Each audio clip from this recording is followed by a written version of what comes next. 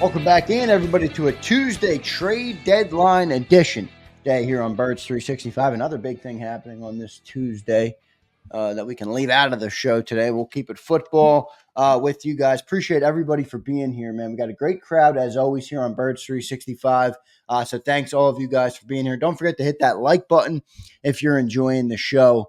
And if John or I piss you off at some point, because that's an inevitable, and that means everybody will like the show. So we appreciate that. John, I want to talk real quick about Jaylen Hurts, because part of what upsets me after a game like that, and that's the second time it's happened this year, and I'm not saying they played as good as they did or played as good in the Browns game, but you get out of the game and it almost seems like you don't even acknowledge what the players did. It's all about the coach and this and that. And I'm like, Jalen Hurts had a great game. I mean, the last 4 weeks, John, I'll give you the numbers for Jalen.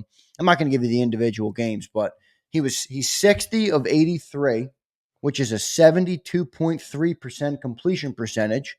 He's got 844 yards and 10.2 yards per attempt. He's got 6 touchdowns to 0 interceptions. That's not including his rushing touchdowns.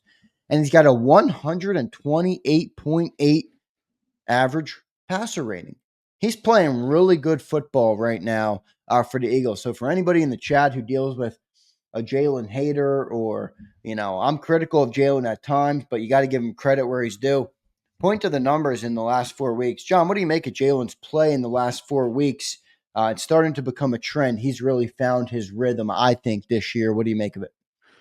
Yeah, I think he's played pretty consistently, with the exception he was terrible in Green Bay, not in Green Bay. The Green Bay game in Brazil, that may have been his worst game ever, to be honest. At least going back to since he's been the starter. Maybe played poorly and when he was forced into action as a rookie. And then the Tampa Bay game. Those are the two bad outliers. Cincinnati, to me, was by far the best game he's played this year. And then everything else has been pretty rock solid. Atlanta, New Orleans, Cleveland, Giants, Jacksonville. That's sort of his default setting.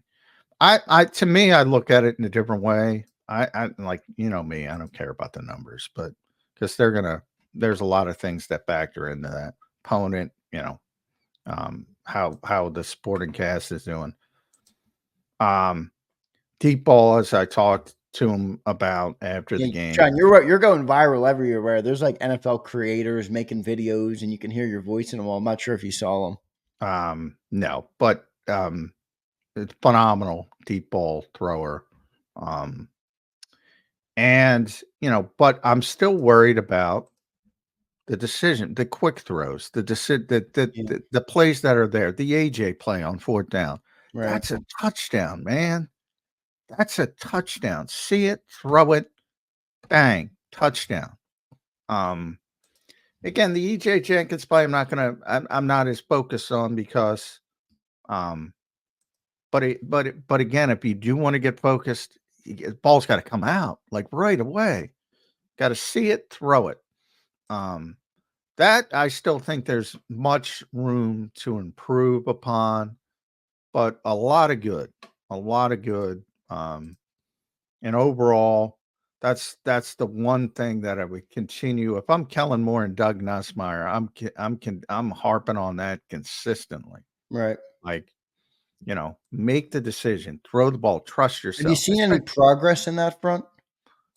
Well, that's my concern. Like, I don't think, like, if you look at the numbers, I think people are going to say that's a really good game. Like, I don't think that was I think Cincinnati was a really good game. I think there was stuff to, clean up in the Jacksonville game, but it was a good game. I'm not saying it was a bad game. Yeah. But I thought there was plenty of stuff to clean up. But the numbers were good. So I think it gets lost in that. And these are plays that are there. And I'm not saying, make the spectacular play. These are plays that should be pretty simple, the ones I'm harping on. And it comes back to when you talk about his worst game, which was Green Bay. Even though they won the game and he made plays, and I think that, and I always talk about the relentless nature. You got to Yeah. play for 60 minutes against Jalen Hurts, and he's able to do some good things. Same thing in that game. Now it was more highlighted because you had the turnovers, but it's always related to late throws. So to me, that's something that's the aspect of his game that he's got to improve the most on. And it still needs to improve, I would say. Yeah, I think one of the other. I agree. By the way, I think you bring up good points there, and those are something that we definitely have to see progress from the quarterback. I'll say one of the biggest things that I'm excited about, because I think when you have the type of players that we have here in Philly, the no turnovers in the last 5 weeks is huge. Well, it's no. I think it's no interceptions in 5 weeks, and now no turnovers in 4 weeks. That's huge, John. I mean, he's not turning the ball over, and that just. I mean, you talk about it, and the turnover battle is one of the biggest indicators of winning football games in the NFL. And if he doesn't turn the football over, most of the time we're going to win that battle. I think that increases your margin for success in a drastic measure, in a drastic way. So that's one of the biggest things I'm taking from Jalen in the last 5 weeks. He's kind of gotten back to that protecting the football mentality. And credit to you. You talked about it, in the offseason, where you're like, I would expect him to regress to the mean there, because he's never been a major turnover type of player. And it certainly looks like he's done that in the last 4 games. Yeah, it's always important. And part of it is, I was talking to Slay about that a couple weeks ago. And when he was talking about earning the right, he was talking about it from a defensive standpoint, earning the right to turn the football over. And that, you're not gonna get turnovers when it's 3rd and 2. And again, you know, there's turnovers all the time when it's 3rd and 2, but you get my point. Odds are, you're going to get turnovers when it's 3rd and 12 and 3rd and 13 and obvious passing situations. And, the Eagles have been playing from the lead a lot, and they've been, dominating games against lesser opposition. So, but he's been doing a good job, and that's all you can do is and now there's going to be a time where he's going to be forced to try to make a play, and that leaves you more susceptible. So I think that's the context to it, but and then there's a certain randomness to turnovers as well. But yeah, he's always been a guy who's taken care of the football, and last year was sort of the anomaly, and I thought this year would go back to more of a normal type situation. It has. Um, but again, that doesn't mean if you're down 2 touchdowns, you're not going to try to force the envelope and throw and be more susceptible. So um, it's always sort of situationally based more than anything else. Do you The think the frustrate. like the running game helps with that? Oh Like they yeah. have, I know Well, you're not I saying they've mean, changed the offense, but like there has been a lot of runs for the team in the last 4 weeks, maybe because that's just what the situation called for. But is no, that they're a having coincidence, or success do with it. you? When I say change the offense, they didn't change the offense in the fact that all this stuff was in the offense to begin with. They're Yeah, just no, I just mean the emphasizing. last 4 weeks have Yeah, been a higher rate they're of running the football. emphasizing running the football because they're Right. having success with it. So it's more of an emphasis on the running game because they're having success with it. And that helps every quarterback in the history of mankind. When you can run the ball effectively, efficiently, it helps the quarterback. Every quarterback. Um, like that's 100%. Um, so but I think when I have that conversation, I think people lose sight of you're not always going to be playing a clean game. You're not always going to be playing from the lead, as you saw. And then it's magically, one of my other concussion protocols is run pass ratio, as you know, which is defined by the circumstance of the game. Nothing more, nothing less. Everybody wants to run the ball efficiently. Everybody wants to play from the lead. Um, everybody across the board, all 32 teams. A lot of them can't. run the ball efficiently. A lot of them can't play from the lead. Everybody will at some point need to make a play in the passing game, and you got to be able to do that to win at the highest level in this league. Yeah, no doubt. But I think, to his credit, I think he has made some great plays in the passing game in the last Oh couple of yeah, weeks. the Yeah, now Devontae drive is yeah, phenomenal. yeah. I mean, can he do it at a high rate? I guess that question's still out there, but we've seen him do it in the past, and that's part of the reason, John, that I like the running game, because I thought it was giving Jalen kind of a time to settle in. Remember, he does have a new coordinator, everybody, and I think you're starting to see it gel with Kellen Moore a little bit more so now than maybe at the start of the year. I mean, you mentioned the Green Bay game. Well, that was their first game together. Well, Now it looks better. Kellen's taking the play calling back over because they're having success. I'm not saying that, John. No, I'm not I'm joking. that. I'm not. Yeah. I'm joking. I know. I'm not But saying you're saying. do you think it is starting to gel? Is that a fair thing for me to say? It's starting to look better in the last couple of weeks. Well, Kellen and Jalen certainly looks. finding Yeah, I mean, I Yeah. don't know how much is the. They haven't played. I don't know if you've noticed, but they haven't played good teams. No, they have. Yeah. I mean, So I always say, well, you got to play who's in front of you, but that doesn't mean that they're good no, opponents. yeah. I mean, when they and I don't even know. No, I think Washington's a good team, and that'll certainly be a test. Obviously, the Dallas isn't what we thought they were going to be, and now it's going to be Cooper Rush. So I'm not sure. And again, this is not, as you point out, you just play bowling pins in front of you and knock it down. That's what you're supposed to do. So there's all positives to that. But yeah, I'm not going to say they've solved anything by beating up on some of the teams they've been beaten up on. I did think the Cincinnati game was valuable because I think that team's okay. They got tested in the Jacksonville game. I think the best thing about the Jacksonville game was the Devontae Smith drive because it was in the passing game and big plays in the passing game. And they proved they can do that in a big spot when they were leaking oil. I think that was a positive. To me, the stretch, the Washington Rams Ravens stretch, is going to define this team in the regular season. Those are the 3 games that are going to define this team in a regular season.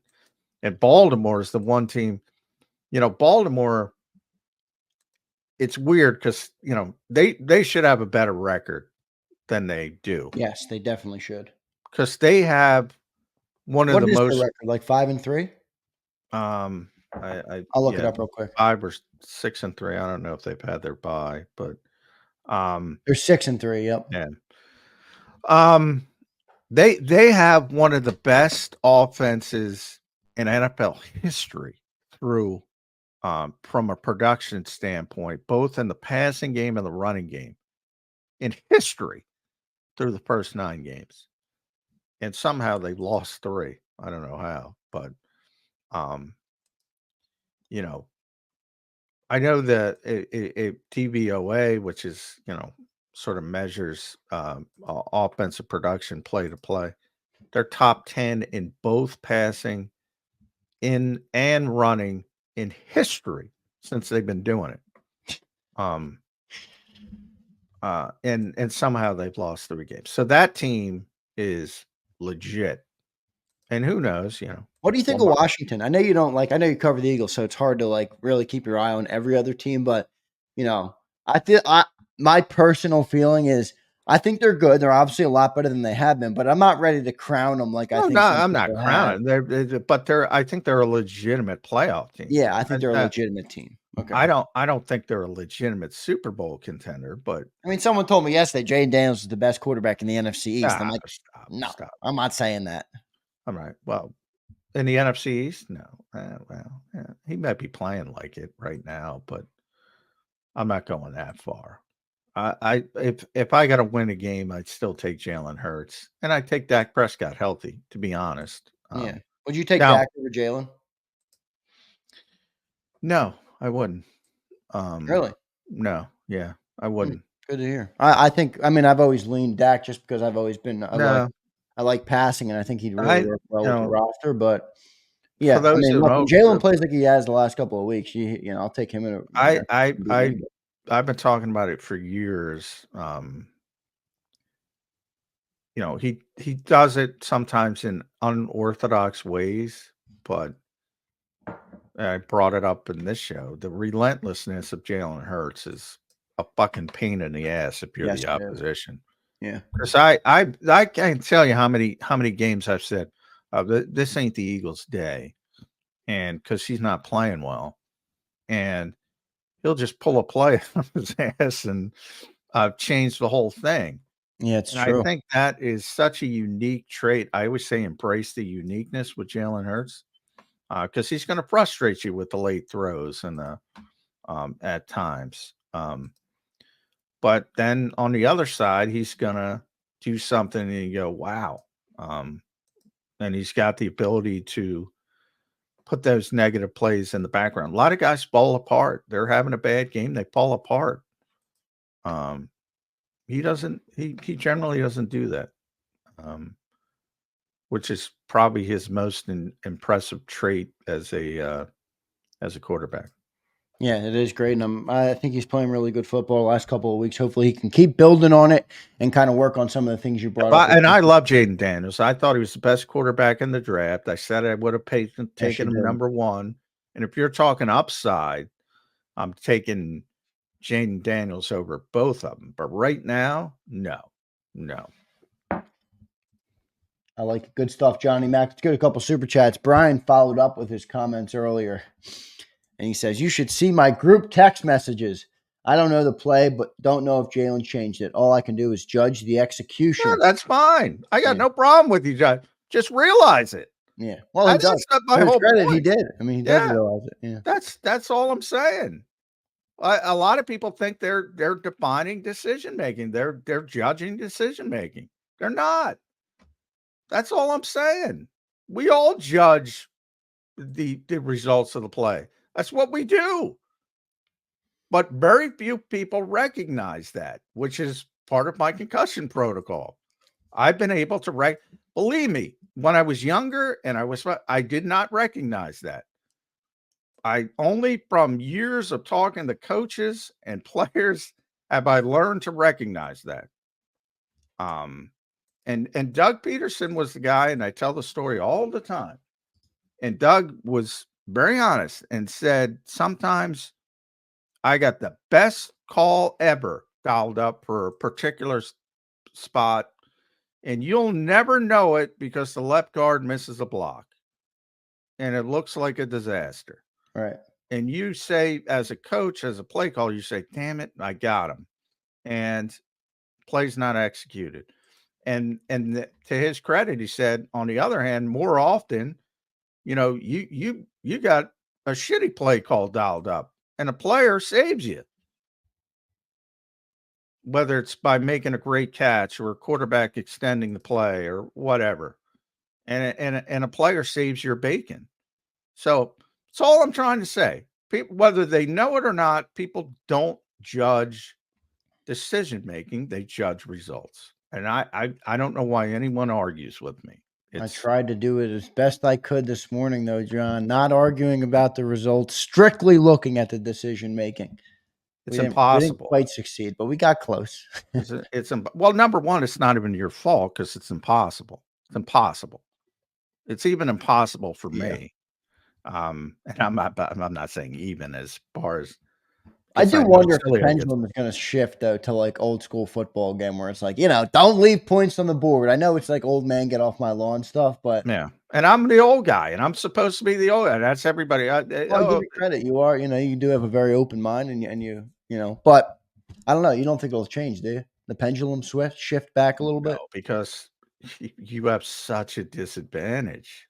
Um, like, that when I was thinking about yesterday when we were having our discussion, there were two things I came at it because I thought your best point was Jake Elliott being cold, and I'm like, yeah, but and then I said, yeah, but he kicked a field goal and he kicked an extra point. They took the extra point off the board.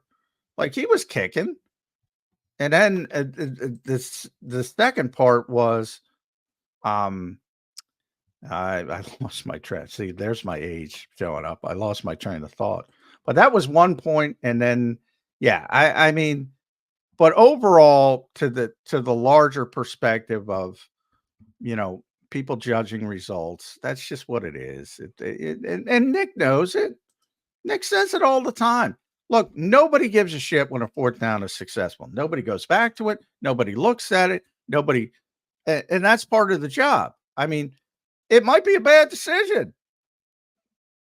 You might be making a bad decision in a moment, but you get a good outcome. It works both ways, which is what Doug was trying to explain. Yeah. You do your best in the moment, and everybody, if they had hindsight, Nick, as he explained yesterday, basically, you're always going to go for it if they give you the free yard from on the 2-point conversion.